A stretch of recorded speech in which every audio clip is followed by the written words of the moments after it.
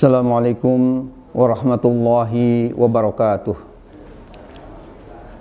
Alhamdulillahirabbil alamin wal aqibatu lil muttaqin wala udwana illa 'alal zalimin.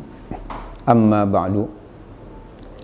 Pemirsa yang dimuliakan Allah Subhanahu wa taala, alhamdulillah, syukurillah, kita senantiasa bersyukur atas segala nikmat Allah yang telah dikaruniakan kepada kita semua. Dan pada saat sekarang ini kita juga perlu bersabar atas segala ujian-ujian yang Allah Subhanahu wa taala berikan kepada kita. Berkenaan dengan adanya musibah COVID-19 ini, dan insya Allah kita akan menghadapi sholat Idul Fitri, dan keputusan dari Majelis Ulama Indonesia Kota Depok, karena Kota Depok dinilai oleh para pakar dan ahli bidang medis masih zona merah, sehingga ada kemungkinan besar kita akan melaksanakan sholat Idul Fitri di rumah kita masing-masing. Nah, untuk itu Majelis Ulama Indonesia Kota Depok telah menyusun panduan atau tuntunan tata cara sholat Idul Fitri dan khutbah Idul Fitri di rumah dalam situasi wabah COVID-19. Pemirsa yang dimuliakan oleh Allah Subhanahu wa taala, kaitan dengan tata cara sholat Idul Fitri ini, yang pertama, sholat Idul Fitri boleh dilaksanakan secara sendirian di rumah, namun afdolnya, utamanya dilakukan berjamaah dengan keluarga. Tentu saja kalau dilakukan sendirian tidak disyariatkan adanya khutbah, namun kalau ada keluarga kita, bersama keluarga kita disunatkan untuk membacakan khutbah Idul Fitri. Yang kedua, dalam sholat Idul Fitri dilakukan sebanyak 2 rakaat dengan niat usolli sunnatan li'idil fitri rakaataini. Kalau menjadi imam ditambah imaman lillahi ta'ala. Tapi kalau jadi makmum, setelah kata rakaat ini ditambah dengan makmuman lillahi ta'ala, yang artinya saya niat sholat sunat Idul Fitri sebanyak 2 rakaat, yang sebagai imam atau sebagai makmum karena Allah Subhanahu wa ta'ala.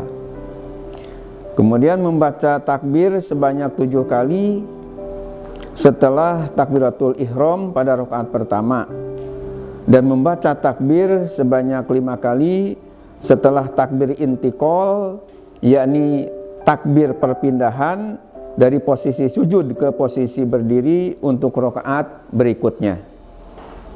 Jadi dalam rakaat pertama takbirnya sebanyak 7 kali selain takbiratul ihram, dan pada rakaat yang kedua takbirnya membaca Allahu Akbarnya 5 kali selain takbir intiqal, yakni takbir perpindahan dari posisi sujud ke posisi berdiri untuk rakaat berikutnya. Dan di sela-sela takbir disunahkan membaca subhanallah walhamdulillah wala ilaha illallah wallahu akbar. Kemudian di dalam sholat Idul Fitri tidak disyariatkan untuk azan dan qomat, tapi cukup dengan ucapan as-sholata jami'ah.